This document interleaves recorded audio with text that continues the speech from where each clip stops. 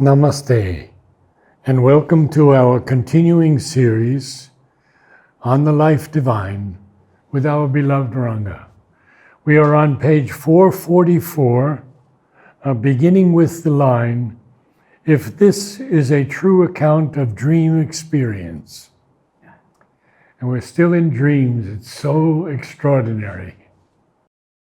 So, Srila is saying, if this is a true account of dream experience. So what is this if this? So we'll have to look at what he has said earlier. So I'll read out the summary of what he has said earlier. Very good. And then we'll read the para we have to read today. So in the previous para he has said, the surface consciousness has no knowledge of the subliminal. The surface consciousness is our body, mind, life, our mind. Okay, we know nothing more than that. The subliminal is the original source of our ideas, impulses and acts, inspirations, intuitions. Everything comes from inside into the outside of the house. Okay, so, but we are normally quite unaware of the connection. It is in sleep and trance that we have access to the subliminal. Sleep and trance unlock the doors of the subliminal to our surface awareness. You can think of the surface awareness as your front room and the subliminal as the inner rooms. Okay? And we are not aware of the inner rooms when we are sitting in the front room, looking out through the doors and windows, which are our senses. So, keep that image in mind, it's useful. This action of the intraconscient and the subliminal is the same. Srila uses the word intraconscient sometimes because it's intraconscient, and the subliminal is below the surface. So, the action of the intraconscient sending its intimations through dreams to our surface being is not the supernormal clarities of vision and experience directly in the intraconscient. The intraconscient has a subconscient as its annex. The surface of body, mind, life only translates the intimations of the intraconscient within us and experience directly in the intraconscient. I'll explain what he's saying. The intraconscient has a subconscient as annex. The surface of body, mind, life only translates the intimations of the intraconscient within us. Truth can be seen, it can be experienced, but it can also be spoken of. You can put it into words. Your mother says something like that. Yes. Read.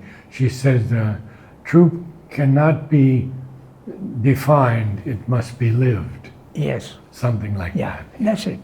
So lived means experience it. But what you are experiencing, you may not be able to express very correctly because words are limited. Whereas spiritual vision is absolutely perfect.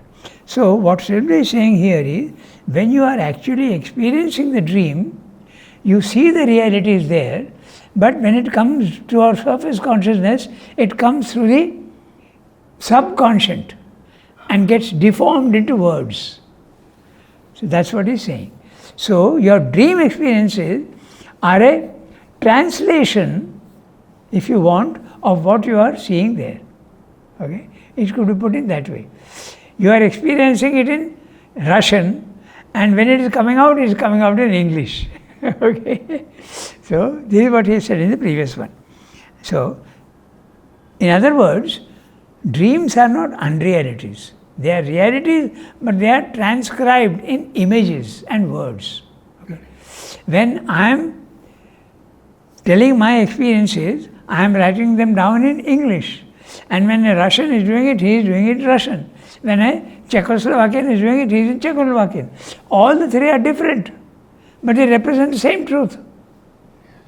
So this is what the dreams that you are remembering are the transcripts, not the original dream that you have had. Is this perhaps tantamount to someone who is a realized soul seeing the mother as the Virgin Mary? Yes. In the West? Yes, not bad. That's a good example. Okay. Or you are seeing the Brahman consciousness as the Christ. It could be. Yes. You translate it according to your own limitations. Okay, so this is what he has said in the previous one. So now we read the paragraph and you want an explanation for each sentence. Yes. Okay. If this is a true account of our dream experience, dreams can no longer be classed as a mere unreal figure of unreal things, temporarily imposed upon our half consciousness as a reality. The analogy therefore fails even as an illustrative support for the theory of the cosmic illusion. So the true account is that dream experiences are not unreal, they are real. But when they come out into our waking consciousness, they are symbols, transcripts, translations. They are the expression, the truth has been put into symbols, if you want. So they can no longer be classed as mere unreal figure of unreal things, temporarily imposed upon our half consciousness as a reality. Because the analogy therefore fails even as an illustrative support for the theory of the cosmic illusion.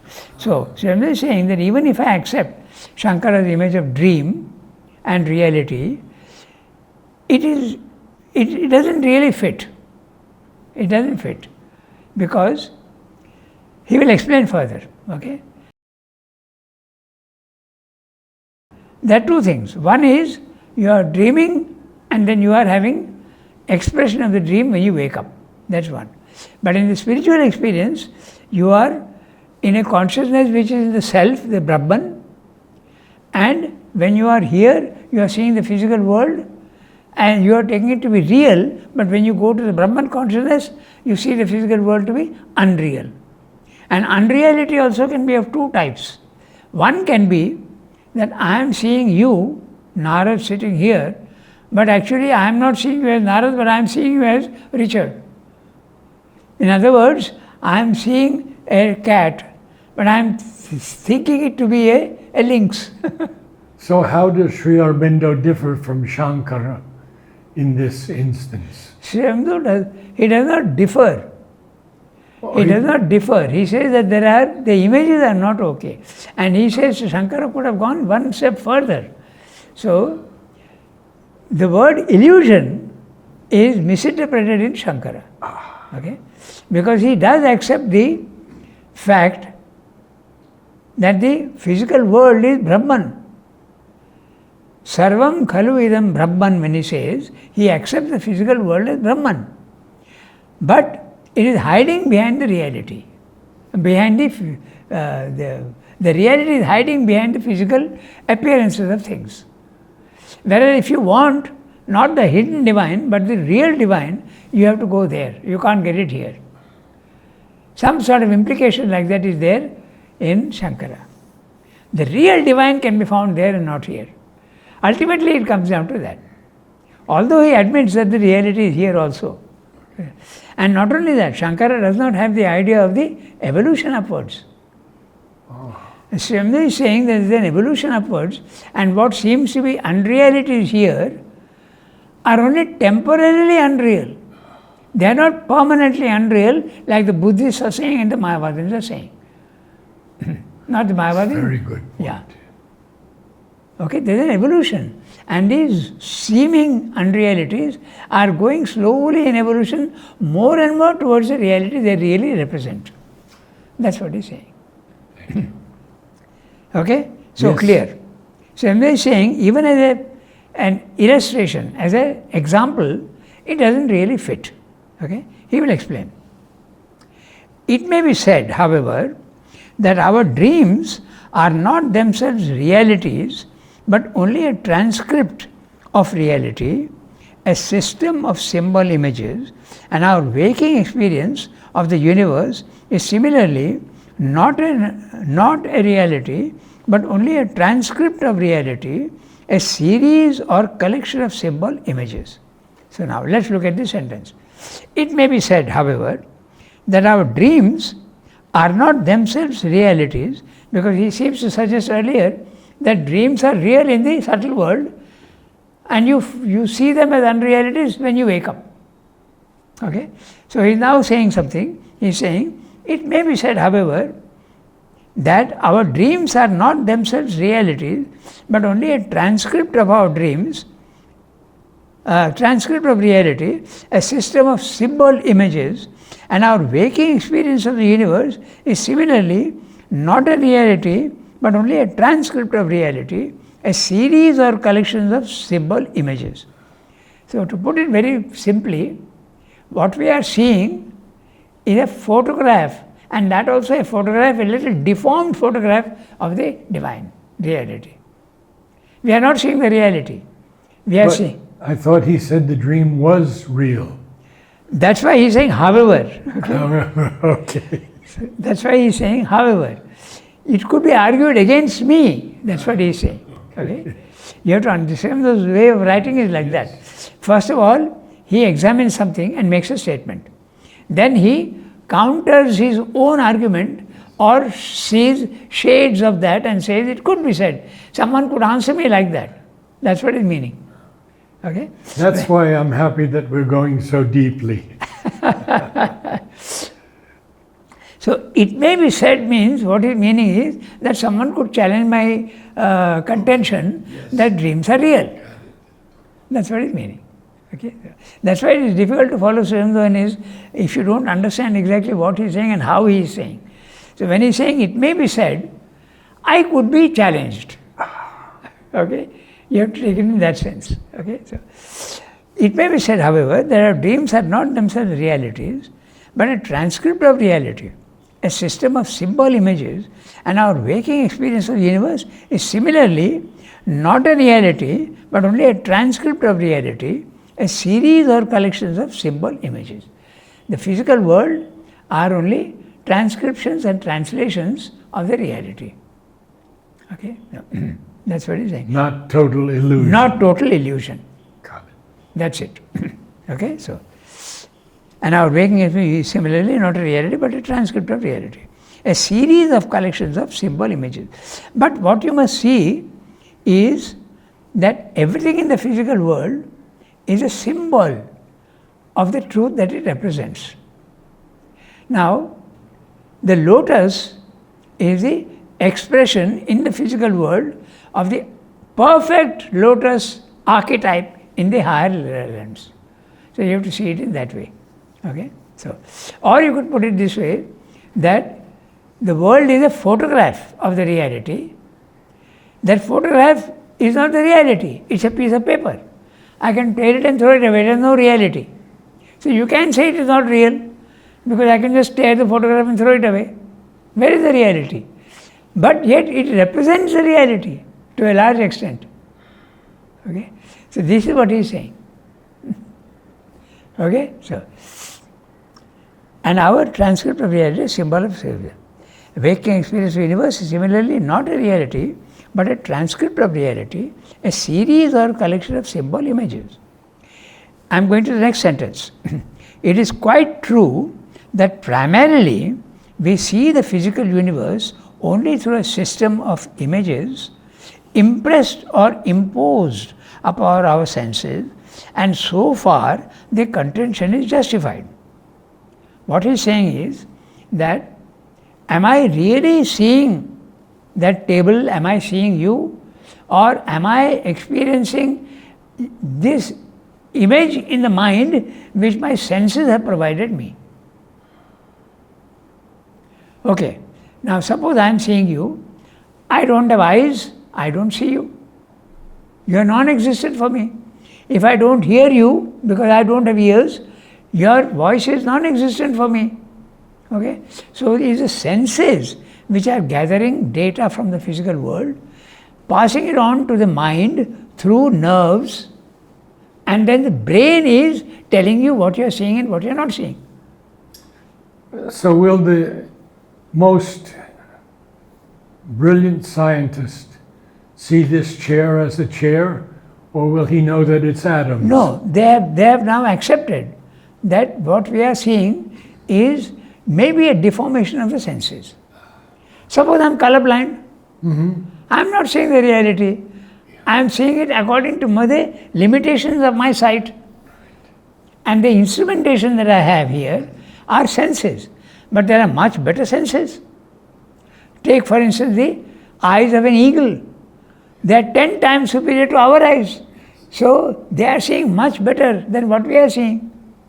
The dog can hear much better than we can hear. So what I am seeing is not the reality, but it is a transcript which the mind is presenting to me. Good. Right? So these things, so far the contention is correct. Okay? But does it mean to say that what I am experiencing through my senses is absolutely nothing to do with the reality? So I am saying, no, there is something. There is a connection. Like a photograph is some sense representing the reality. Okay? So now we take up that one. Okay? So it's very interesting what he is going to say. It is quite true that primarily we see the physical universe only through a system of images impressed or imposed upon our senses, and so far the contention is justified. Clear? So, then he says,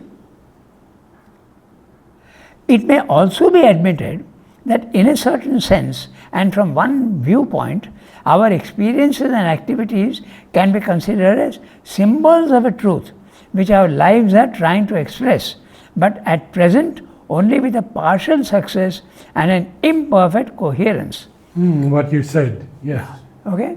So someone can tell me that the world we are living in is really not absolutely untrue at all, but a deformed condition of the higher reality. So if they are saying, they can accept. Okay? So it may also be admitted. Now note that, it may also be admitted. What they are telling me, I admit to a certain extent, that in a certain sense and from one viewpoint, our experiences and activities can be considered as symbols of a truth, which our lives are trying to express, but at present only with a partial success and imperfect coherence. Now Simba is saying, we can accept partly. Why is he saying partly? Because you can also accept as total untruth. Okay? You can see cruelty, you can see death as untruth. But is it really that? So it is a mixed thing. You can say this and you can also say that. So that's what he's saying. Okay, so remember one thing, that the absolute reality is only the Satchidananda. The rest is all diminutions and degradations of the ultimate Satchidananda coming down here and expressing itself. Just as if I have an idea in my mind and I am going to express it in words, I may not be able to, my expression may not be absolutely what I have in my mind, because I am using words and limitations. So the physical reality may be a representation, a defective representation of that. So someone can contend that the defectiveness is complete. That is truth, this is falsehood, not half a falsehood.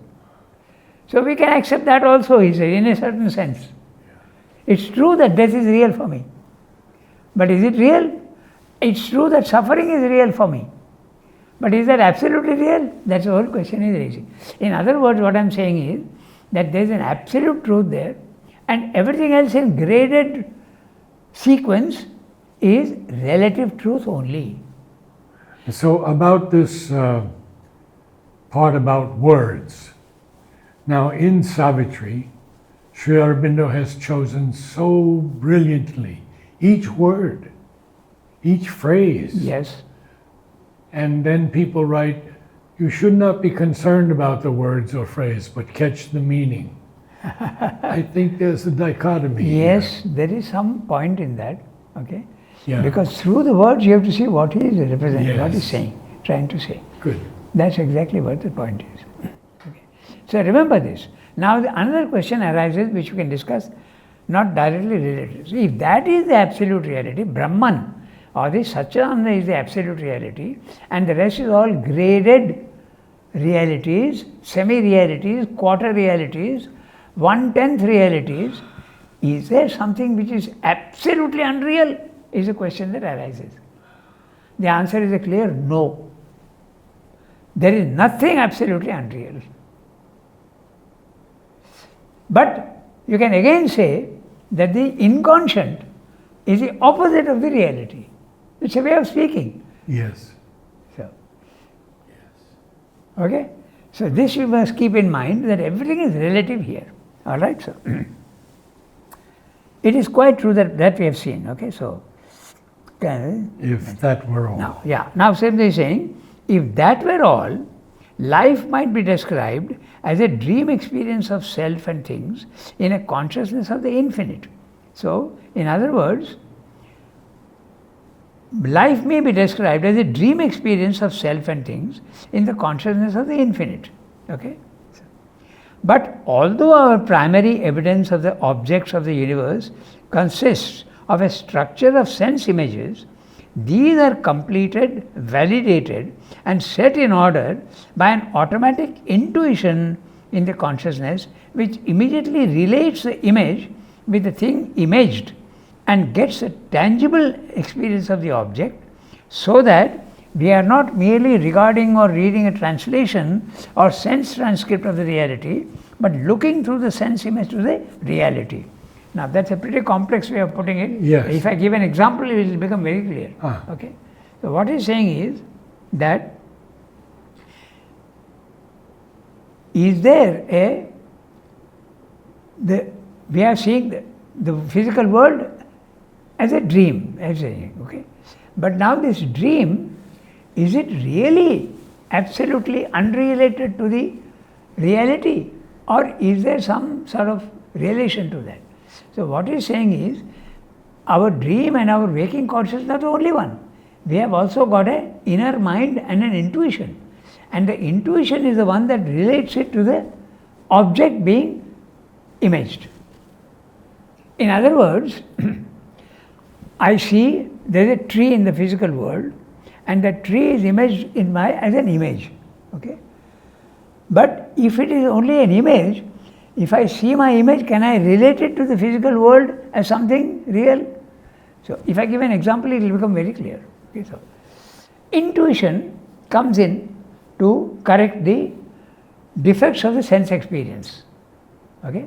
So, one example very clear. I am seeing every day the sun is rising. My senses are telling me that this is the truth. I am seeing you, I am seeing apparent things, this is the truth. I am seeing the sun rising, it's a truth for me at the sense world. But the reality is that the sun is not rising at all. So what I am seeing is not the reality. I am seeing only an image of the reality, the sun is moving, which is false. So how do I know that? Intuition comes and corrects my sense knowledge and says that no, it's not this sun rising, but the earth which is going round. In other words, there are grades of knowledge. There is sense knowledge, there is mental knowledge, there is spiritual knowledge, there is supramental knowledge. So you are going more and more towards the real knowledge. So the physical world, what I am seeing, is it absolutely unrelated to the reality? No. We have instruments which relate to us and correct the sense experiences. That's what he's saying. Clear? So, and gets the tangible experience of the object. So that we are not merely regarding or reading a translation or sense transcript of the reality, but looking through the sense images to the reality. Okay? So, when I see the image of a tree, my intuition is telling me that yes, the tree exists in the physical world, and that is what is represented here. Okay, so we are not merely regarding or reading a translation or sense transcript of the reality, but looking through the sense image to the reality. This adequacy is amplified too by the action of a reason which fathoms and understands the law of things sensed and can observe scrupulously the sense transcript and correct its errors. So we have intuition and we have a mind. Our experience of the physical world is not only through the senses, but the reason comes in and corrects the errors of the senses. That's what he's saying. So we can see immediately how complex is the concept of reality. There is a reality at each level of consciousness as we go on rising higher and higher. Okay? So, therefore, we may conclude that we experience a real universe through our image sense transcript by the aid of the intuition and the reason. An intuition which gives us the touch of things, and a reason which investigates the truth by its conceptive knowledge. Okay? So, we don't depend only on our senses. We have also a reason, and later on we even have a spiritual direct vision which gives us the reality. And that also is it real? No. If you go to another level of consciousness, even that is not absolutely real. In fact, Mother says that even the spiritual truths which seem in our physical world is level 1. The spiritual consciousness is level 2. So when you experience those things there, even those things seem to be relatively true only when you are at the supramental level. So, Sridhar uses the word and Mother also uses the word, there is a reversal of consciousness every time you go to another level of consciousness. You start seeing things in a different way. Okay, so then, even if our images are incorrect, what they endeavor to image are realities, not illusions. When we see a tree or a stone or an animal, it is not non-existent figure, a hallucination that we are seeing. We may not be sure that the image is exact. We may concede that other sense might very well see it otherwise. But still, there is something there that justifies the image, something with which it has more or less correspondence. So, our senses are defective, and I am seeing a tree in the universe, I am in the world, I am seeing a tree, and I am seeing it in a certain way. But the way I am seeing it, it doesn't represent exactly the tree, because my senses are defective. Somebody else will see the tree and see it in his own way. And yet, when he says, I am seeing a tree and you are seeing a tree, there is a correspondence. It's not absolute divergence, it's not absolute opposites. That's what he's pointing out. So when we speak of things, others are understanding also in their own way, but there is a good correspondence between what we are saying. Okay? So, there is something that justifies the image, something with which it has more or less correspondence. In other words, more or less correspondence. Okay. But in the theory of illusion, the only reality is an indeterminable, featureless, pure existence, Brahman, and there is no possibility of it being translated or mistranslated into a system of symbol figures. For that could only be if existence had some determinate contents or some unmanifested truths of its being, which could be transcribed into the forms or names given to them by our consciousness. A pure indeterminable cannot be rendered by a transcript, a multitude of representative differentiae, a crowd of symbols or images, for there is in it only a pure identity. There is nothing to transcribe, nothing to symbolize, nothing to image. I'll explain this. When I make my mind silent, or even if I have not made my silent, I manage to go to the self. What is that experience? You are in a consciousness which is infinite, eternal, immutable, no action at all. And the most important, totally featureless. No color, no shape, no size, no weight, nothing. You can't describe that in any way. That's a reality, according to Advaita. Okay? So how can that be imaged here? That's what Sridhar is saying. Therefore, Advaita and Buddhism say, no, this what you are seeing cannot be a transcript of that reality. That cannot be transcribed. That cannot be symbolized. Therefore, this is totally false. Does Sridhar agree? No. There is a correspondence, he says.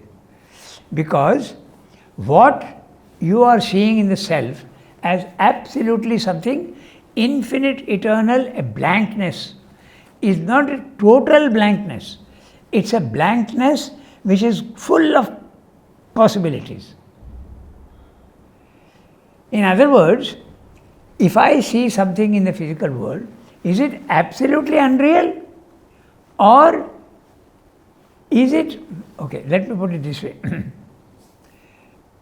If I see a stretch of, in my imagination, a stretch of water which is not moving at all, okay, infinite, up, down, sideways, everywhere, no movement, total transparency, okay, what am I seeing? Am I seeing nothing? Or am I seeing water? Or a mirage. So that's exactly, no, so the question is this reality of the self that you are talking about, is it really an emptiness? If it is a real emptiness, it cannot be imaged. But if it is an emptiness seeming infinite, which is full of potentials, just like the seed of the tree. When I am looking at the seed, I absolutely don't see any leaves, flowers, roots in it. Yet it has the potentiality to produce leaves, roots, flowers, and roots and branches and whatnot. So this is the sense of the reality of the self is like that. It seems to be a blankness, and therefore you think it is blank, but you're not. So if you went above that, You could see the potentialities in the self. That's what Swami is pointing out. Okay? So he is giving arguments and counter-arguments, arguments and counter-arguments against what he is saying. So the Buddhist could answer that no, what you are saying is not true because that is a blankness. That's a total immutability and a featurelessness. How can it be figured here? So Sravdev will reply, that which you are seeing as absolutely blank is not really blank. It is full of potentialities which can be figured. So that's what he is saying. So a crowd of symbols and images. For there is in it only a pure identity. Now the word identity you have to understand. Identity means oneness. And oneness means everything wherever I see is the same. In other words, there is no variation at all. It's a featurelessness. And so you can equate featurelessness with oneness and with purity. Because something pure means there is no mixture. So when you use the word identity or oneness or featurelessness or purity, they all mean the same thing. Okay? So we should not get confused with words. You have to see behind the words. All right? So now he is using the word identity. Only one. Identical means something similar. Identity means only one. Okay? A pure identity, there is nothing there that we saw. Okay? So therefore, the dream analogy fails us altogether, and it is better to put it out of the way.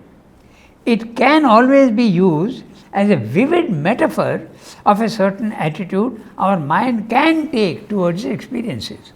Okay? But it has no value for a metaphysical inquiry into the reality and fundamental significances or the origin of existence. Now, in this whole thing that we have read 2-3 paras, is he saying that Shankara is absolutely wrong? No, he is not saying that. He is saying that the image that he is giving is not absolutely accurate. That's what he is saying. Okay? wonderful. Now, Srivande is taking up another image that Shankara gives. Shankara gives the 3-4 images, more actually, to show us the difference between the self which is real and the world which is unreal or real in time and space and a representation. You can take it any way you want. So, Shankara has given the experience, the image of hallucination. Hallucination, when I am in the desert, the heat is producing waves and I see it as running water. Or if it is going upwards, I see it as trees. Okay? But I go there is no water, no trees. So this is a hallucination. Okay? So he is taking up that image and saying, we have examined in depth dream, now let us examine in depth hallucination. Okay? In fact, he has given 4 or 5 images, Shankara. I just mentioned to you. The first is dream, the second is hallucination, the third is the one moon reflected in troubled water, you see several moons. So the physical world is like that. It's a reflection and you are seeing many things, but actually the reality is oneness. And the next one is a shell, a seashell. A seashell seems to have silver on it. Nacre, what they call. No?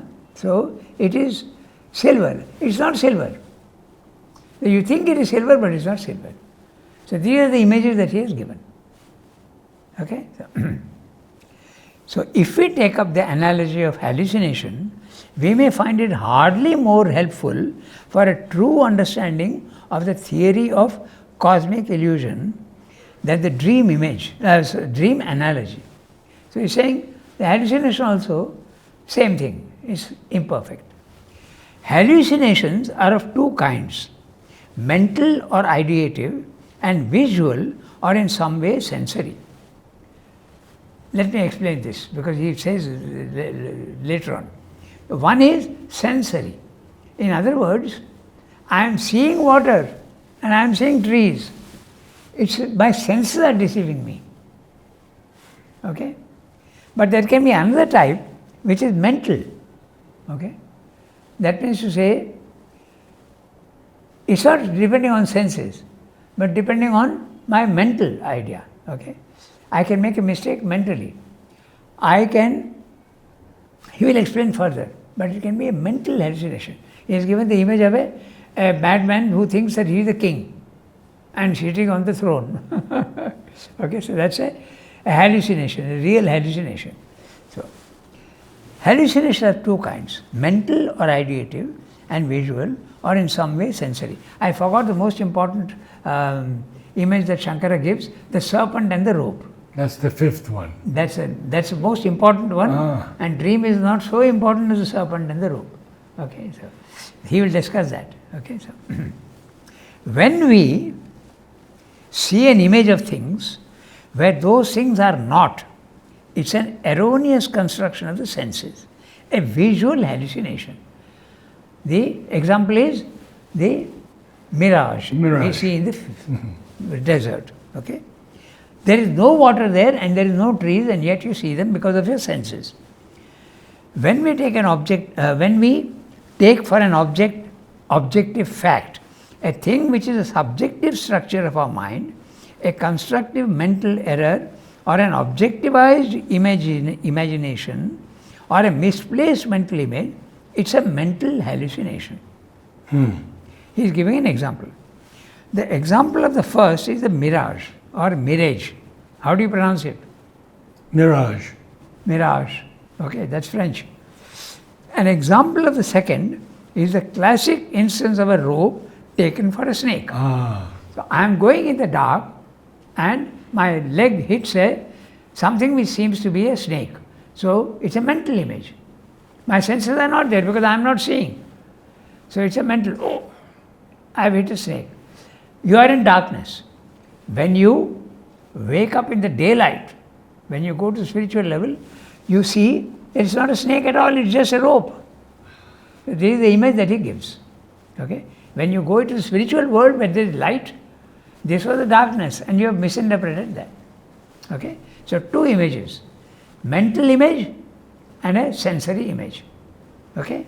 So, in passing, we may note that there are many things called hallucinations which are not really that, but symbol images sent up from the subliminal or experiences in which the subliminal consciousness or sense comes to the surface and puts us in contact with supraphysical realities. Okay? Now, he is saying that it's not really related to what we are discussing, but I might mention. Okay? That's what he is saying. In passing, we may note. So when he is saying in passing we may note, what he is saying is that what I am going to tell you is not really related to what we are discussing, but we may note that is a very interesting phenomenon. Okay? So In passing, we may note that there are many things called hallucinations which are not really that, but symbol images sent up from the subliminal or experiences in which subliminal consciousness or sense. Now note that subliminal consciousness or sense. Okay, there is a mental subliminal consciousness and there is a subliminal sense. Also, subliminal sense is subtle sense. A subtle sense is seeing without eyes. When you are dreaming, you are seeing and hearing, but are you using your senses? No. So that's a subtle sense. So subliminal sense, okay, so comes to the surface and puts us in contact with supraphysical realities. So supraphysical realities are there and we get it translated here. Okay. Thus, the cosmic consciousness, which is our entry by breaking down of our mental limitations into a sense of a vast reality, has been classed, even in admitting it, as a hallucination.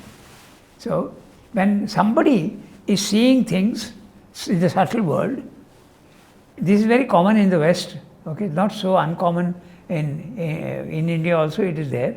I am seeing things which are real in the subtle world. But someone who doesn't see the subtle world will say, he is a madman. So you take him and put him into a mental asylum and start giving him electric shocks.